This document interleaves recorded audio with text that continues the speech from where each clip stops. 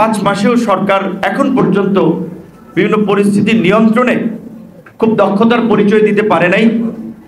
অনেক ধরনের আন্দোলন হচ্ছে, এইগুলো যদি নিয়ন্ত্রণ করতে না পারে এখান থেকে আরো অস্থিরতা তৈরি হবে, সেক্ষেত্রে দেশে নতুন সংকট তৈরি হবে।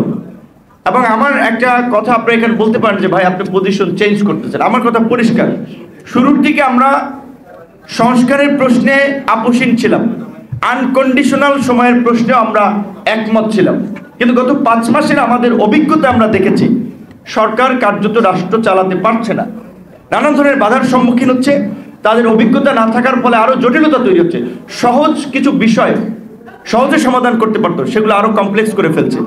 তো এই পরিস্থিতিতে আমাদের এটা উপলব্ধি হয়েছে একটা নির্বাচিত সরকার ছাড়া, রাজনৈতিক সরকার ছাড়া রাষ্ট্রের এই পরিস্থিতিতে দেশকে পরিচালনা করা সম্ভব নয়।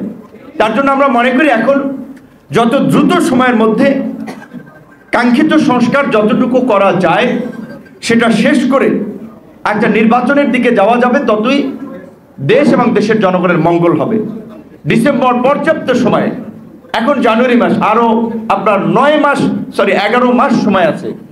কাজে আমি মনে করি এই বছরের, যেটা আমাদের প্রধান উপদেষ্টা মহোদয় বলেছিলেন, ডিসেম্বর সম্ভব নির্বাচন, এবং সংস্কার কতটুকু করবেন সেই সংস্কারের বৈধতা কারা দেবে? রাজনৈতিক দল, নির্বাচিত পার্লামেন্ট।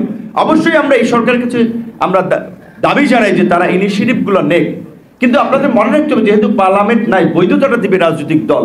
সুতরাং রাজনৈতিক দলের কনসার্ন ছাড়া যদি তারা কিছু মনমতো প্রস্তাবনা দিয়ে যায়, কিছু সংস্কার করতে চায়, সেটা কিন্তু পরবর্তী সরকার আসলে টিকবে না। আমরা বারবার শুরু থেকে বলেছিলাম যে রাজনৈতিক ঐক্যমত বজায় রেখে রাজনৈতিক ঐক্যমতের ভিত্তিতে আপনারা সংস্কারগুলো করুন।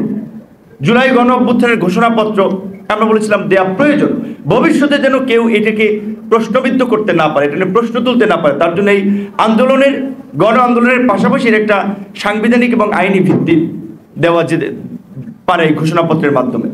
কিন্তু এই ঘোষণাপত্রে অবশ্যই তাহলে গত শুধুমাত্র আন্দোলন, এই আজকের কোটা সংস্কার আন্দোলন, যে আন্দোলনকে কেন্দ্র করে এই গণ অভ্যুত্থান, এই আন্দোলন তো আমরা জন্ম দিয়েছিলাম 2018 সালে, মুক্তিযুদ্ধ হচ্ছে 9 মাস, এই আন্দোলন করেছিলাম আমরা 17 ফেব্রুয়ারি থেকে 4 অক্টোবর প্রজ্ঞাপন পর্যন্ত, 8.5 মাসের বেশি সময় ধরে আন্দোলন করেছিলাম। একই বছর স্কুলগামী শিক্ষার্থীদের যে নিরাপদ সড়ক আন্দোলন, এগুলো তরুণদেরকে সাহসী করেছিল, উদ্বুদ্ধ করেছিল প্রতিবাদ করার জন্য, এবং রাজনৈতিক দলের নেতৃবৃন্দের সংগ্রাম, এগুলো এক হয়ে আজকের এই গণ অভ্যুত্থান হয়েছে। সুতরাং এইখানে যদি আমরা শুধুমাত্র এই সাম্প্রতিক মুভমেন্টকেই গ্লোরিফাই করি, বাকি 16 বছরের যারা আত্মত্যাগ করেছে, সংগ্রাম করেছে, তাদের কথা স্মরণ না করি, এটা অন্যায় হবে।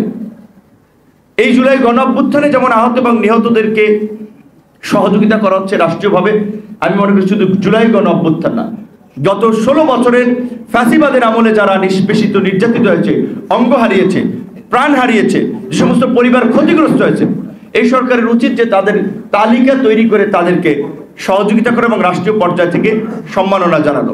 জুলাই গণ অভ্যুত্থানের যদি ঘোষণাপত্র দেওয়া হয় সেটা অবশ্যই রাজনৈতিক ঐক্যমতের ভিত্তিতে, এবং সেই ঘোষণাপত্র অবশ্যই এই 16 বছরের একটা আন্দোলন সংগ্রামের সঠিক ইতিহাস এবং এই আন্দোলন সংগ্রামের জায়গা থেকেই যে একটা গণ অভ্যুত্থান অনিবার্য হয়ে পড়েছিল সেটা উল্লেখ থাকতে হবে।